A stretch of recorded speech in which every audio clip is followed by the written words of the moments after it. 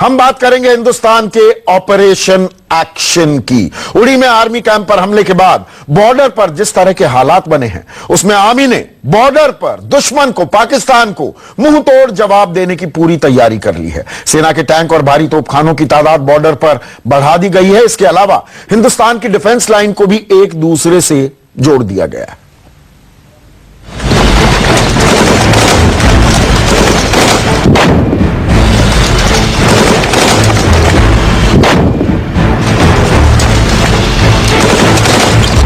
हिंदुस्तान के टैंक तैयार हैं दुश्मन की हद नापाक हरकत का जवाब देने के लिए।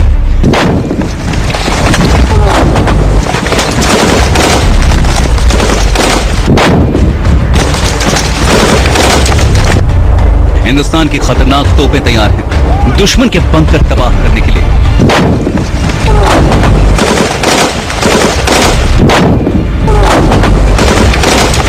रक्षा सूत्रों से न्यूज 24 को मिली जानकारी के मुताबिक बॉर्डर पर बदले हालात के हिसाब से भारतीय फौज को नए सिरे से तैनात किया गया है।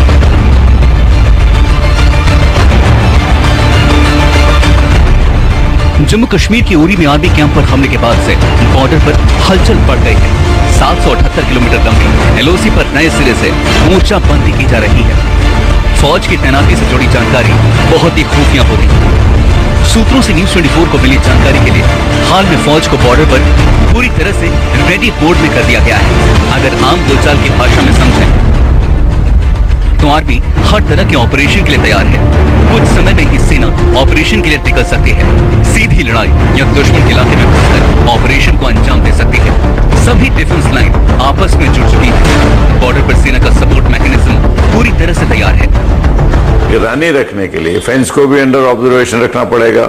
ऑब्जर्वेशन के अंडर रखने के लिए ह्यूमन सेंसर्स, उनकी वल्नरेबिलिटी होती है।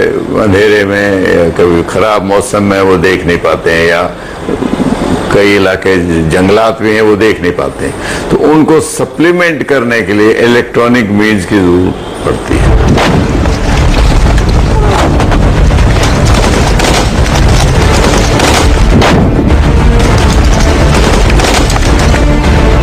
सेना ऑर्डर मिलते ही अपनी या फिर दुश्मन के जमीन पर किसी भी तरह के ऑपरेशन को अंजाम दे सकती है। रक्षा सूत्रों के मुताबिक लाइन ऑफ कंट्रोल पर भारतीय सेना ने डायनामिक ऑपरेशनल पोस्चर हासिल कर लिया है।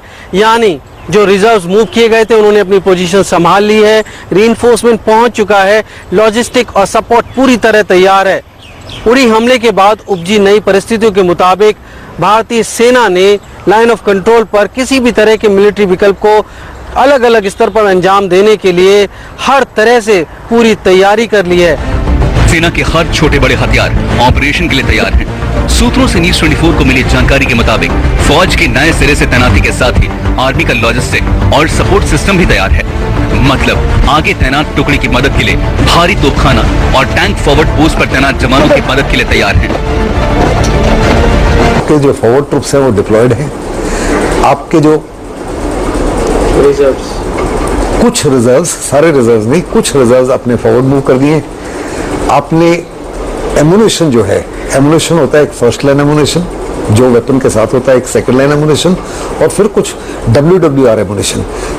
इनमें से फर्स्ट लाइन को और सेकंड लाइन को अपने ट्रूप्स को इशू कर दिया है। सूत्रों से न्यूज 24 को मिली जानकारी के मुताबिक फर्स्ट लाइन यानी बॉर्डर पर सबसे आगे तैनात जवान और सेकंड लाइन यानी उनकी मदद के लिए तैनात किए गए जवानों को पूरा गोला बारूद दे दिया गया है।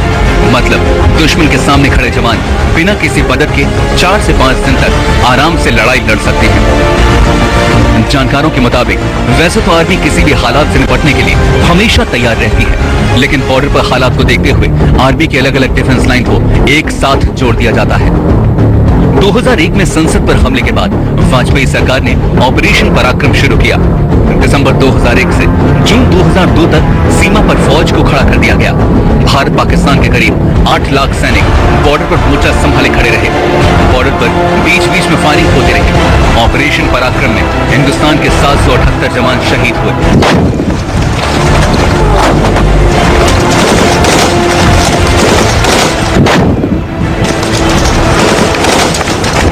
हिंदुस्तान के जामाज तैयार हैं बॉर्डर पर दुश्मन की हर हरकत का जवाब देने के लिए, वो भी पूरा गोला बारूद के साथ।